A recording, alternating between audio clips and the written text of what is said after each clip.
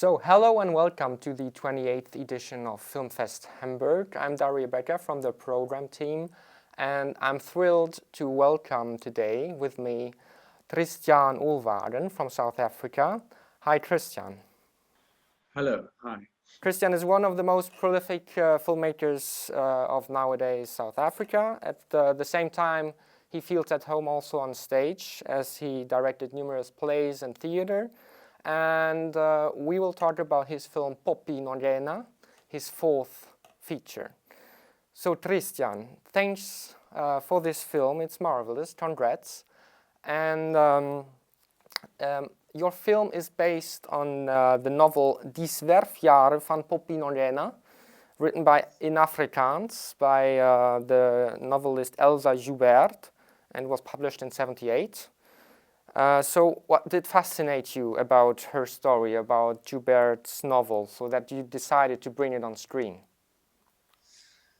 Well, firstly, the novel is a bit of a classic here in South Africa. When it was written, when it came out in 1978, it made a lot of people that were kind of complacent with the apartheid regime suddenly sit up.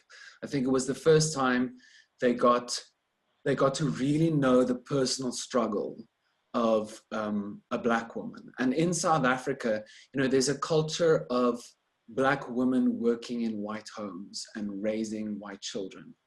And so I think, especially among white women, they suddenly read this novel and understood the women who worked in their homes a bit better. So it was a bit like an empathy machine. And so during the years, there was this one survey where the book itself is considered one of the best African novels of all time. And they even published in the 80s, they published bits of the book in a newspaper like this serial. And people were absolutely were moved and quite almost obsessed with Poppie's story. So it became like this cultural heritage thing. There was a play adaptation of it that went to Broadway, turned into a musical later. And so this was something that I've always known about, but never read it. It's quite a big, thick book about Poppie's entire life. And so it was something that I had in my library. And when I got the phone call from the producer, Helena Spring, she said, consider it. And I said, okay, I don't even want to read the current drafts of the screenplay. Let me read the novel. And I was incredibly moved by it. I think I also grew up with another mother, a Black woman that helped to raise me. And it made me think so much of my time with her. And in a way, for me, it was almost like a love letter to her. Everything she offered up to contribute to my education and rearing up. And I think it just moved me completely, and I had my reservations whether I'm the right person to tell this story, but that I set all of that aside when the story itself really spoke to me. And for me, it became, like I said, a love letter to my other mother. Okay. Did you have the chance to work together with Elsa Joubert, or did she see the film at the end? Yes. So during the process, we struggled a lot with whether it's adaptable or not. Always when you work with a book, there's that struggle of what do you leave out, what do you focus on.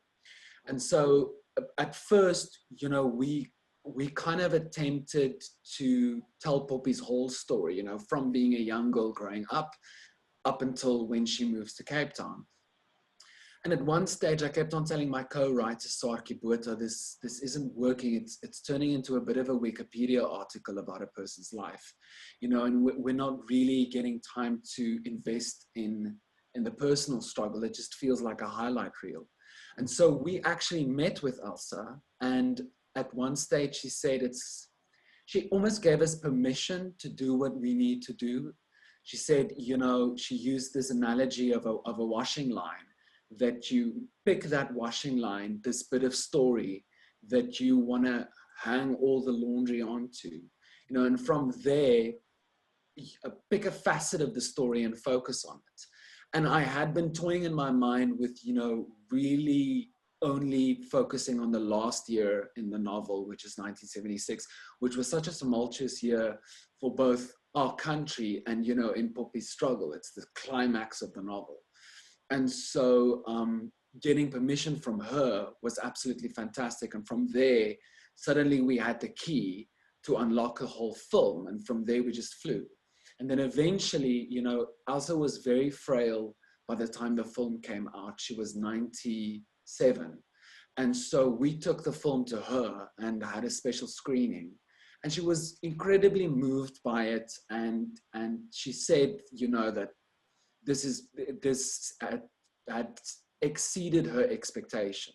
So she was terribly happy about it. The sad thing is, the novelist Elsa Joubert passed away in June after she contracted COVID-19. But, she left such an amazing legacy. I'm glad we got to show her the film in the end. And speaking about those historical struggles that you were talking about, I think the protagonist Poppie, she doesn't just face the discrimination as a black South African under the apartheid regime, but also as a woman. So like a double discrimination. So it's a bit like as if Me Too meets Black Lives Matter. And when watching the film, I felt it was not just a piece, like a historical piece of cinema, but also very contemporary. Did you have that in mind while shooting? Did it feel, does it feel like it? Yes. So for me, it was a strange hybrid when I started working with a cinematographer, where I said to her, I kind of wanted to be this combination of like, there's something epic about the scale of it, but then I also wanted to almost feel a bit like a documentary, but beautifully shot. And so we veered between watching documentaries and then looking at Johan Vermeer paintings. And he had this incredible way of almost, a painter of his time. At that time, people painted the Madonna, or they painted, biblical figures or Greek tragic figures. And suddenly this painter went, no, there's something so incredibly beautiful about a milk servant or a woman working in the house. So for us, it was this weird, and I know it sounds absurd, but because these things are so completely different. But for me, I also looked at the Italian neorealists, especially Vittorio De Sica. And so for me, I wanted to get that gritty neorealism that you got from the Italians, but then also making it feel incredibly contemporary. So I'm glad you say that it felt contemporary, because that's exactly what we aimed. You're always looking from the future back into the past. And I think we had to look at it from a contemporary lens, because we're going to present it to a contemporary audience. And so, yes, absolutely. And I think also a lot of these actors were children in that time. And so although they understood the time, I think they reacted in it from almost a contemporary way, almost as if these things are happening to them right now. And I think, as I said, in the introduction to the film, the issues that the film deals with is still scarily relevant. Black people still face so much discrimination and violence in the world today, and especially in the kind of migration crisis, which is so applicable to Poppie's crisis. This woman being told where she could live, where she could stay, almost kind of being an immigrant in her own country. And I think those contemporary issues we really try to highlight. Totally. Let me ask a question about the religion in your film, and the religion to Poppie, or of Poppie. Like there's this saying by Marx that religion is the opium of the people. But here, however, for Poppie, it's not opium, it's just something that gives her actually the power to endure her fight against the discrimination that she suffers from. But at the same time, she despises the traditional religious beliefs of her husband. So what is her relationship to religion after all? You see, it's that the dichotomy of the kind of the colonial Christian legacy, where you had these people come into a country and then kind of like force that religion onto a country, stamping out traditionalism as something that, traditional beliefs as something to be frowned upon. And that is unfortunately a kind of a legacy that these people absorb.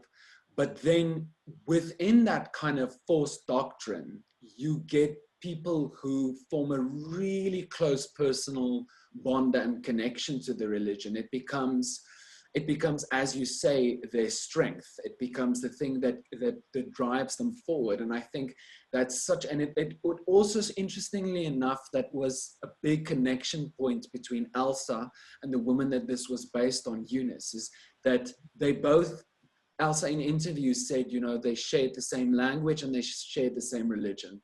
And that became the connection point between those two women. And so, as you say, I think it's like this double-edged sword where on the one side, Poppie kind of negates her own culture and cultural beliefs for the religion and order of the day. And it's the same thing. In the apartheid government used that same religion to enforce some of these, segregation and racial ethics of apartheid. And so again, with the language in the film, here you have this woman who grew up Afrikaans, and that very language is the reason that she is, or the people who use that language are enforcing these rules, these draconian laws upon the people. And so there's this double, I mean, so I think when this thing happens to Poppie, it's a struggle for her to go, but I share the same religion. I think that's why she doesn't understand why her son and the student movement are so opposed to Afrikaans when she feels like an Afrikaner herself. And these are interesting dichotomies that I don't necessarily have answers for, and they're so deeply personal and so deeply embedded within the South African society, but both the society in South Africa, which is so multicultural, the one thing that they share is a kind of almost conservative Christianity. And so for me, it's just presenting it, and it's interesting, and I don't have any judgments around it. I'm simply asking questions. Speaking of the conflicts that she has with her like the younger South Africans depicted in the films, the son, for example, of Poppie has with her mother. In several scenes of your film, I felt like being in a Fridays for Future discussion, because there are these young people that discuss issues with their parents. They don't agree, even though they share the same aim, So what interested you in telling conflicts like these intergenerational conflicts? You see, again, I think that was trying to touch on the contemporaneity of the film. A couple of years ago, we had this massive student movement in South Africa called Fees Must Fall. And it was about students, especially students from disadvantaged backgrounds, who felt that the institutions were very much still upholding colonial legacies. And so you had this massive movement here in South Africa that spread like wildfire from one campus to the next, with students demanding that colonial statues be taken down, that colonial artwork be taken out of the institutions, and that government should be subsidizing more of these education fees. And so strangely, that made me, researching this film, I also looked at that contemporary side where these students were the children of Poppie's son's generation. And a lot of them almost felt like they were saying stuff verbatim in the transcripts of student meetings in 1976 that people were saying that people were saying during the Fees Must Fall movement, that they felt that their parents had sold out, that their parents made that in the transition to democracy, their parents made deals that didn't necessarily work in their favor as people who come from disadvantaged backgrounds. And so I found it fascinating that that cycle of history keeps repeating itself, that a next generation comes along and says, our parents didn't do enough. That scene in the film, which is the longest scene in the film, it was absolutely fascinating. We had almost 150 people in a room, and it was done in one take, and all the extras got involved because they understood what that dialogue and discourse was between a younger generation and an older generation. So it was one of my favorite scenes to do in the film. Yeah, mine too. It was like an incredible atmosphere in this room there. You could really feel it. Yes, in that room, and you could feel it, and you could feel that even the extras, they were just being background. They were really participating in that debate. And I think we're constantly going to reevaluate in South Africa this idea of the legacy that we got from our parents. The same, with white South Africans going like, how do we use our privilege to dismantle and to hold that generation accountable, and keep pushing forward. And I think it's very interesting, especially in my country now, this disparity between a younger and older generation. And this scene is not the only scene where you used long takes. So, like, my question is, does that come from your experience from theater, that those long takes make it possible for the audience to immerse into the action, or why do you choose that? Long takes definitely started. I started doing long takes on my first feature because I'd felt in South Africa, due to limited funding and the way we shoot movies, we shoot a lot of pages in a day. And for me, the first time, it was kind of like going, I want to claim that time for actors, so that it's less about the technical aspect of filmmaking, and it's more about actors carrying a performance. And then I started honing it, and I kept going, every time I felt like a bit closer to kind of like getting it right, or as close to perfection that I wanted. And then suddenly with POPPIE, for me, that was more about that feeling of real time and how powerful that is, because I think time, the very opening of the film, is about POPPIE having run out of time to be in Cape Town, and this kind of race against the clock to fix her passbook or the extension on her pass, otherwise she can't stay in Cape Town. And it's also that feeling of, because it kind of was the end of the fall of the regime here in South Africa, that was the first time that the government started really losing their grip on the people, and people started going, enough, time is up. And so for me, that was just that exploration of time the whole time. And again, putting the onus on the actor and really giving precedence to the performance. And so I've done that now a couple of times, and I think I'm ready to start venturing more into conventional filmmaking. But I've learned a lot, certainly, from doing long takes and not hiding behind cuts. And so, yes. All right. Just let me come back to another theme. All around the world, people are discussing in the film business how a diverse society can be brought onto the screen. And like lately, for example, here, our local film fund, they introduced a checklist for film production and development. that should bring attention to a more diverse film world and the film landscape that includes stories about underrepresented people, about minorities, about gender, sexuality, age, social inequality. So I don't know, like production-wise, how do you try to ensure that you have also behind the scenes a diverse film crew, or what do you think of such measures as diversity checklists to do this, and how do you and your producers deal with these issues?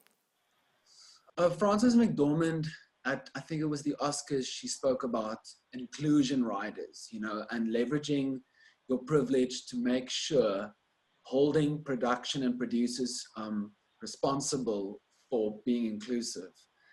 And I think, you know, I can't speak for every filmmaker, but with this particular film, it's interesting that you asked this question because Yelena and I spoke about it, that we wanted the behind the scenes to reflect as much of the story as possible, especially because this film is about South African women. You know, it is about women who are allies to each other. It is a story of a woman, but also the allyship that she finds in the woman that she works for.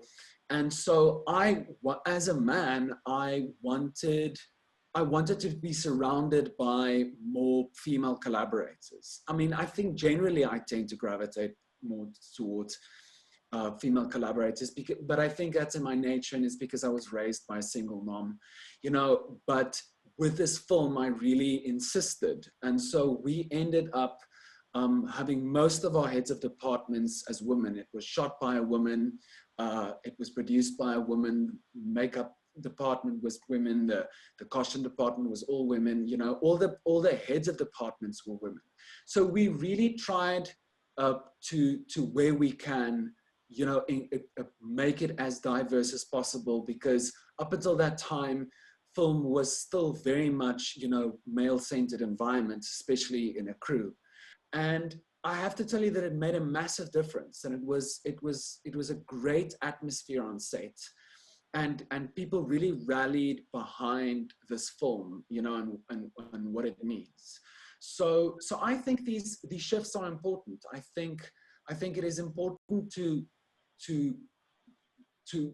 kind of not level the playing field, but really try to include as many diverse voices as possible. Because I think in the end, film is such a team effort, and you're only as good as your collaborators. And I think if your crew if behind the scenes isn't a representation of the world in front of the screen, then I don't know how you can honestly tell yourself that you've done everything you possibly can to represent that world in the best possible way. All right, Christiaan. I thank you very much for your answers and for sharing your film and your thoughts with us and with the Hamburg audience here. We say all the best to you, and let's hope that we meet again at another edition of the Filmfest Hamburg later. Thank you so much for having me.